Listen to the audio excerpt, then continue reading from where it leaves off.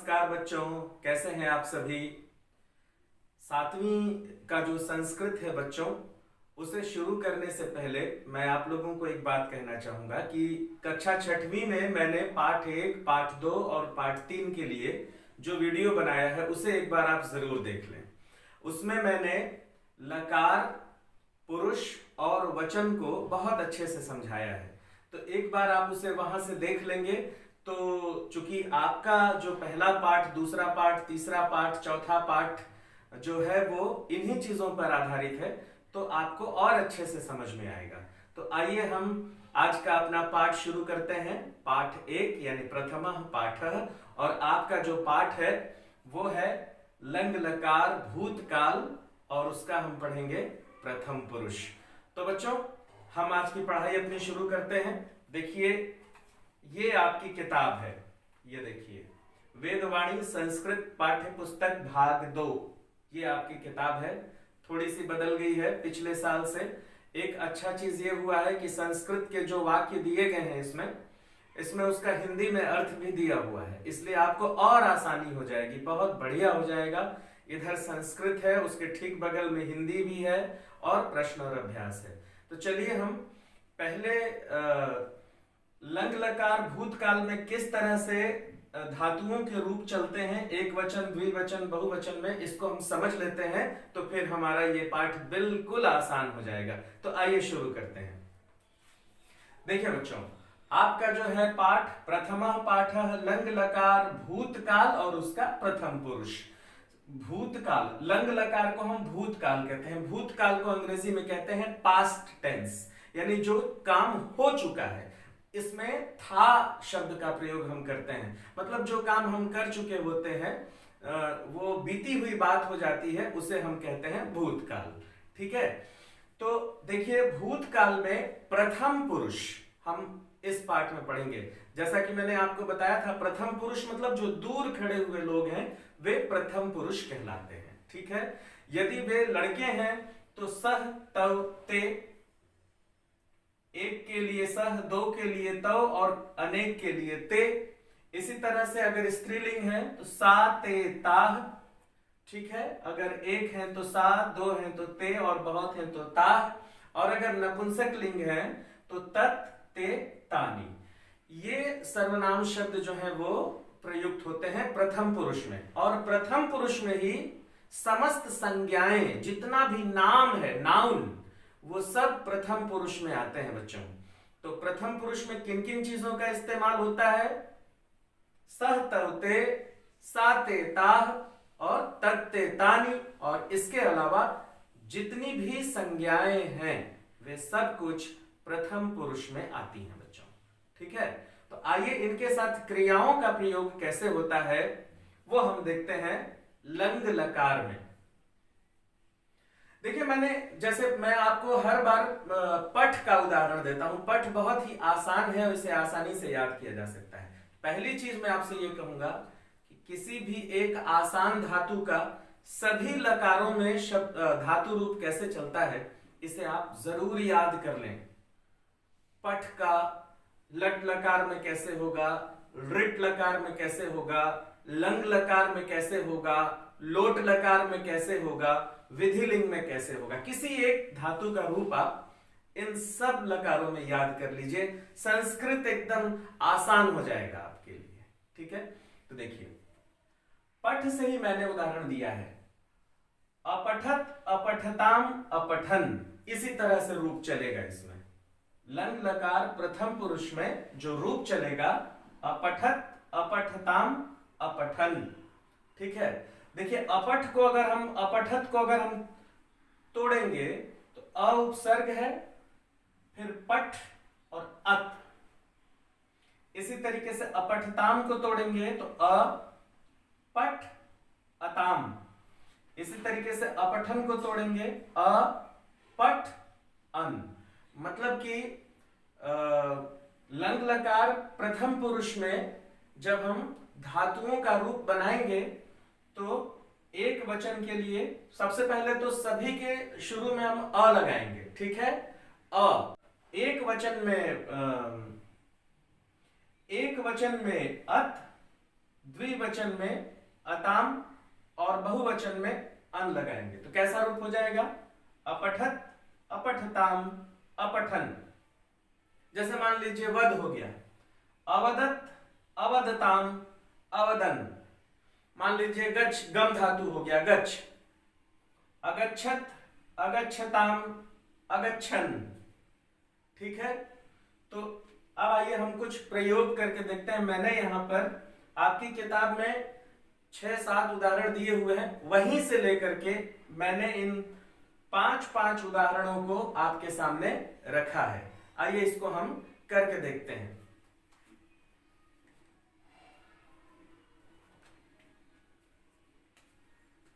देखिए, छात्र पठ धातु है, पठ का मैंने यहां पर लिख दिया है।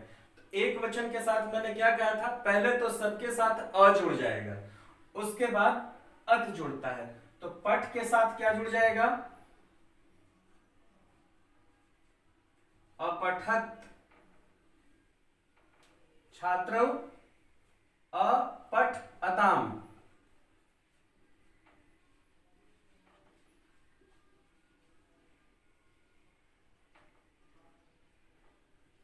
फिर बहुवचन के साथ क्या जुड़ जाएगा? अपठ अन, अपठन।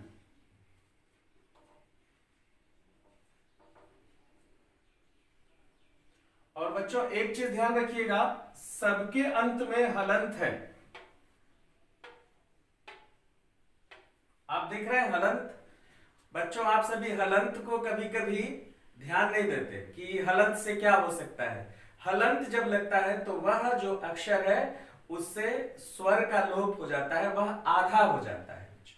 ठीक है, तो अब देखिए यहां पर गर्ज धातु है। गर्ज धातु को हम लंग लकार बनाएंगे तो कैसे बनेगा? प्रथम पुरुष, देखिए गर्ज, अ फिर धातु और अत, अगर्ज अत, अगर्जत।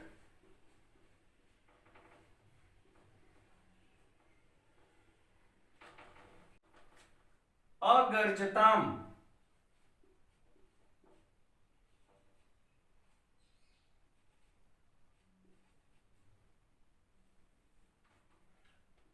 अगर्जअन,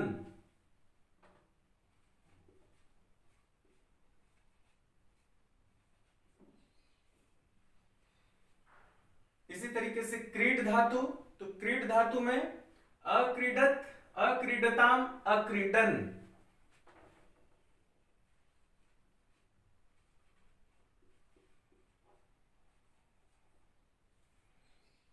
अक्रीडताम,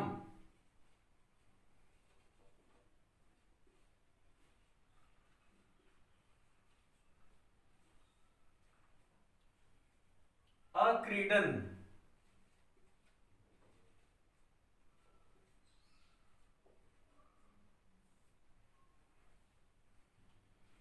इसी तरीके से गम धातु भक्तः, फिर ये गम धातु, तो गम धातु का जो रूप चलता है बच्चों वो गच्छ चलता है। अगच्छत, अगच्छताम, अगच्छन।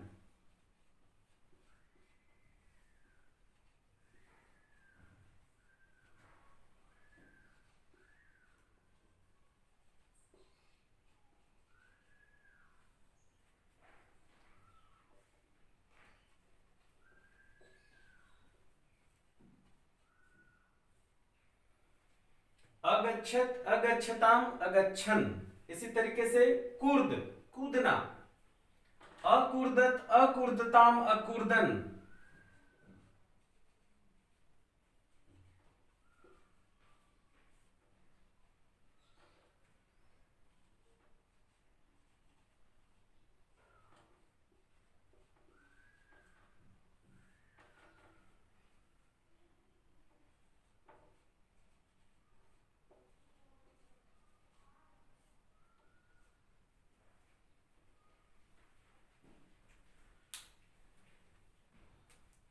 तो बच्चों देखिए ये क्या हुआ? अपठत, अपठताम, अपठन, अगर्जत,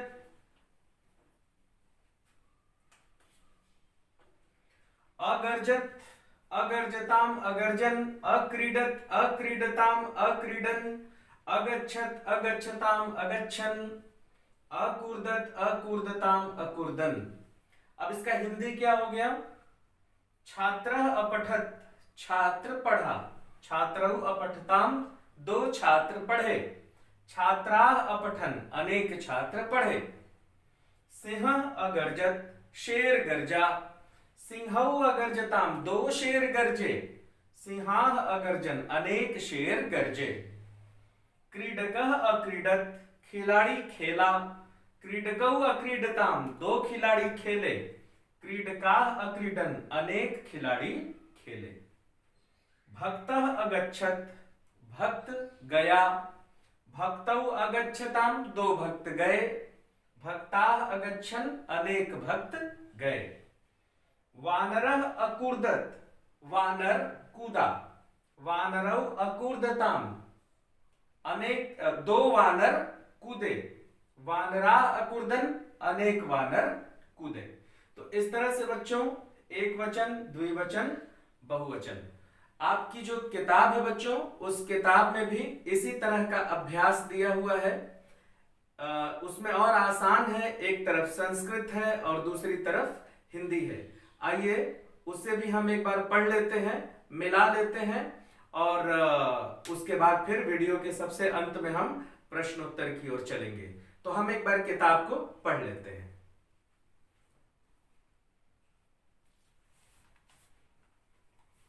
ये आपकी किताब,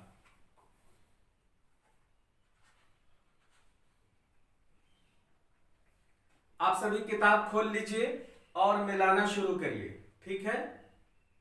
छात्रः अपठत, छात्र पढ़ा, छात्रः पुस्तकम अपठत, छात्र पुस्तक पढ़ा।